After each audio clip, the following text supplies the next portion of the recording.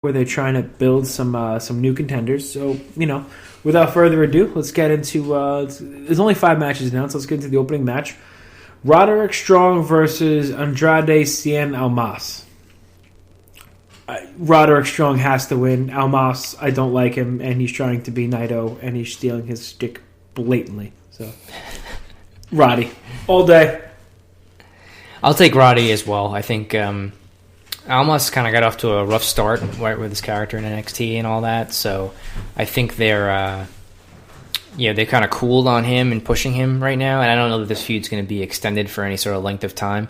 So I think the idea behind Roddy is that he says he wants to go for the title at some point. So I'm going to say that he'll get the win here as well. The next match is Eric Young versus Ty Dillinger.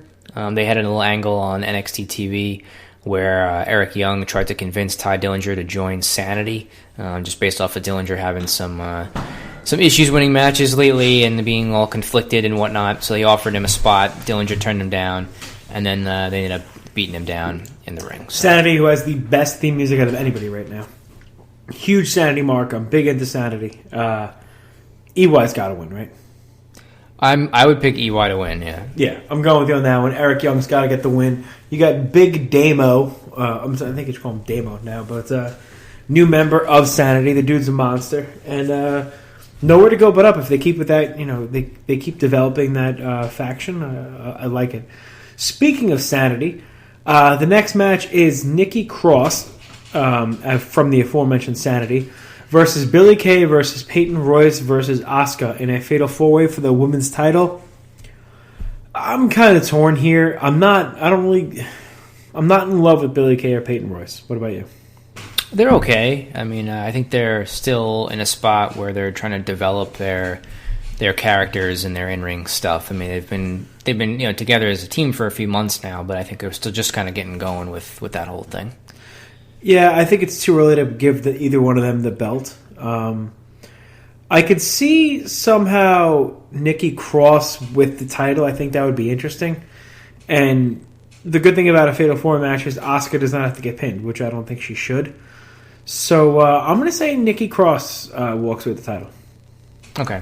I'm going to stick with Asuka. I agree that they might have an opportunity to get the title off Asuka without beating her, but I don't think any of the other 3 women are ready to win the title.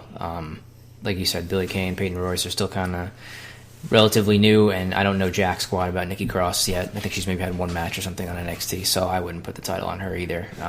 So I'm going to stick with Asuka.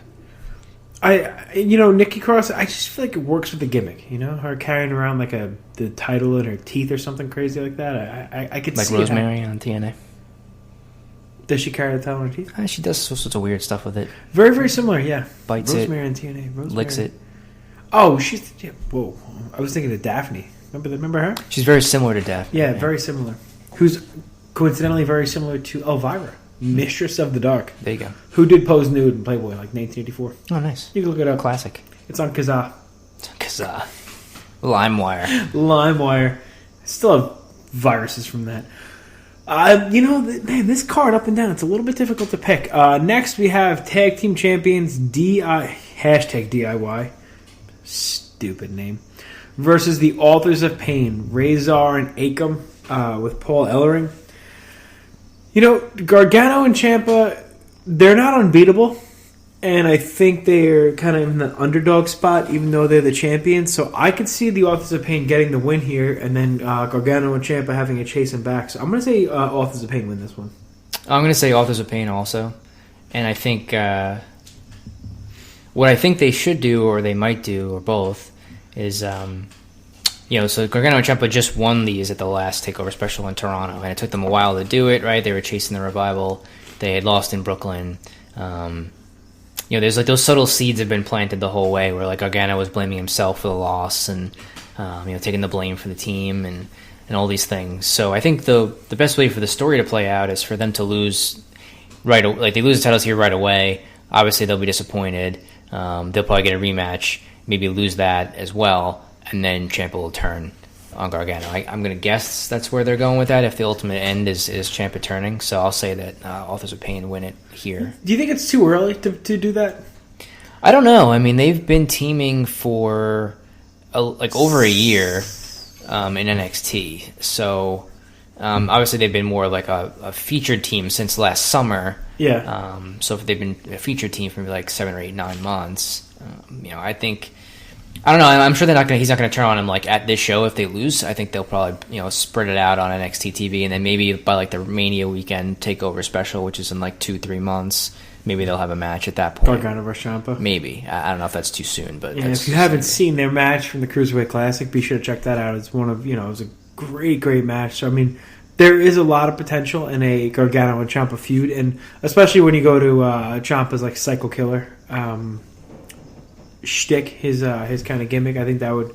It has legs, as the people in the business say. And the main event, the King of Strong Style, Shinsuke Nakamura versus Bobby Roode. I want you to take the helm on this one, Joe. I just feel like it just feels like too soon for Roode to take it off of Nakamura. He just traded it with Samoa Joe for a little while.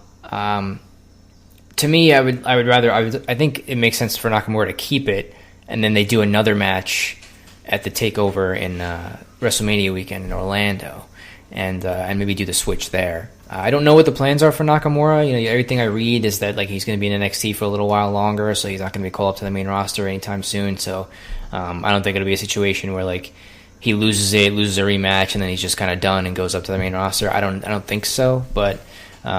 Anyway, it just feels like it's kind of too soon for it to just switch it onto Roode. So I'll say Nakamura keeps it. I will agree with you, and I'm also going to say something that's probably not going to go over favorably. I think Bobby Roode is a little bit overrated. So I'll counter that and say that I think Nakamura is also a little overrated in these matches that they're doing in NXT. So I think both these guys did more in the ring in their previous companies, the way that they worked. So I think Nakamura had better matches with more hard-hitting stuff in New Japan, and I think Bobby Roode had better matches with cooler stuff in TNA. And since they've been to NXT, their stuff's been a little toned down, and their matches have been slightly disappointing. Piggybacking on that, I will say I agree with you wholeheartedly, because that's what the WWE does. You can't bring over the quote-unquote King of Strong Style and then have him, just I'm trying to be PC. That's what the WWE does. That's their MO.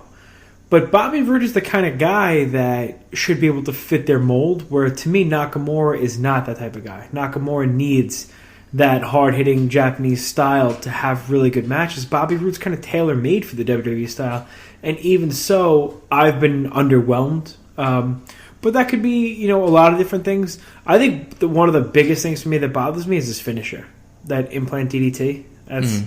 That's not Bobby Roode's style to me, and that's just a boring kind of throwaway move. At least Nakamura does have some of his moves, and I will say, his match with Sami Zayn, still is.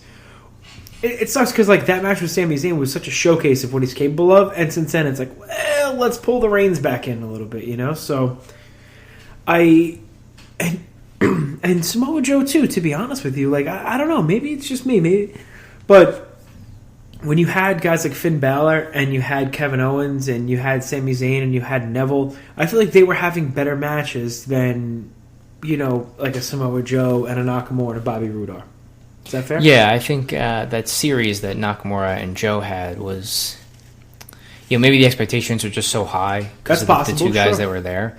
But I don't know that they ever had like a really great match in like the 4 or 5 times that they wrestled on either the Takeover specials or any other matches that they had, like in Osaka. Yeah, not to say they were bad, right? But they just didn't live up to what you would expected. Yeah, like none of them I think were like 5-star matches, like all-time classic match of the year. 6. Yeah, okay. Well, that's made up. You know what I mean? So is 5. Mr. Meltzer. That's the standard scale is 5. Meltzer decided to go to 6. Actually, the standard scale is 4. To be honest, right?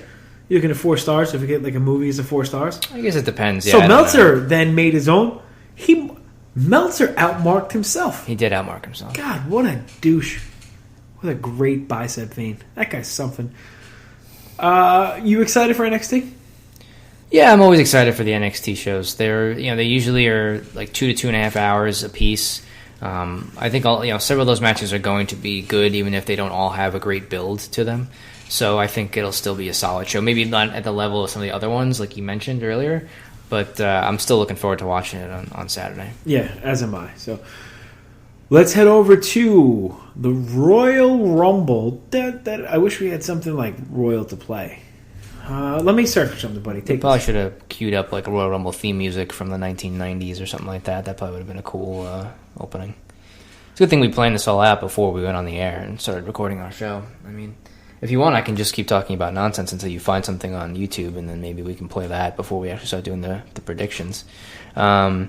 So this is the 30th annual Royal Rumble, first one being in 1988.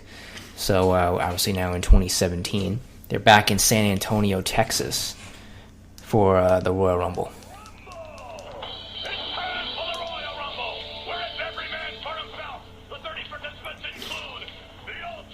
Oh, he's dead. So is his career.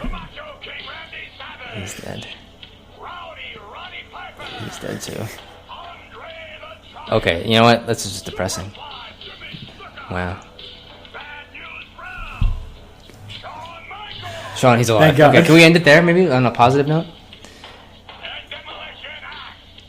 He's just suing the company. Alive. Still alive. Hall of Famer. Still alive. Bitter. You're right, better. Bitter.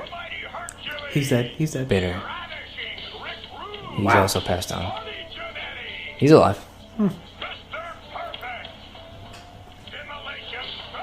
Oh, how did they split up the Demolition Man? Okay.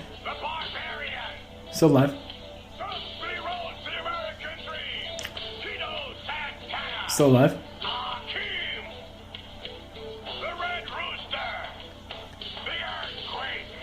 Oh. Hey, there we go. There we go. All right. Wow. Let me tell you something. I'm never going to play the list of the 1990 Royal Rumble participants ever again. I had no... That's... Man. Well, it was 27 years ago, so... Well, now I'm just sad. Okay, well, I'm going to make you sadder, and I'm going to start talking about the pre-show matches now for the Rumble. Hold on. I need something to make myself feel better. That's going to make you feel better? Yeah. I don't... Makes me think of Mighty Ducks, too. Oh.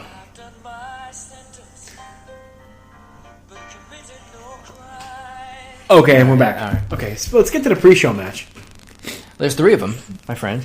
So we can jump right into that. So there's 5 matches on the main card right now, and 3 on the pre-show. So the pre-show is 2 hours long. Everybody saddle in for a 2-hour pre-show on Sunday, in case you don't have anything better to do. 3 matches are on the card, and I believe they're also going to have Jerry the King Lawler on the pre-show, and the Heartbreak Kid Shawn Michaels is going to be on the pre-show. So enjoy yourselves for that. And so 3 pre-show matches. All right, so they just added the aforementioned 6-women tag match: Becky Lynch, Nikki Bella, and Naomi versus Alexa Bliss, Mickie James, and Natalya. Yep. I'm going to go with the heels getting the win, and I don't care. I'll go babyfaces. You think? Okay. Sure. What's the difference? That's a shoot. That is a shoot. So that's from the SmackDown side. On the Raw side, we've got 2 matches. One is Sasha Banks versus Nia Jax. Nia Jax should win. I'm going to say Nia Jax wins. If she doesn't win, it should only be because she loses by DQ. Yes. Sasha should not defeat her. She should never, ever pin Nia Jax, ever. So I'm going to go stick with that. And then the Raw Tag Team Championships are on the line. What a bunch of... Hold on. We got Cesaro and Sheamus defending against Gallows and Anderson. And we're going to have 2 referees assigned to this match, my friend, because we can't have controversy this time. We just can't have it. What do they think we are? Yeah, it's one for each referee. One for each referee, yeah okay. Oh, man. You have to have Gallows. Gallows and Anderson cannot lose this match. This is their umpteenth tag team title match, right? I can't even count. They've had several. I don't remember. They've had several. They've lost every single one.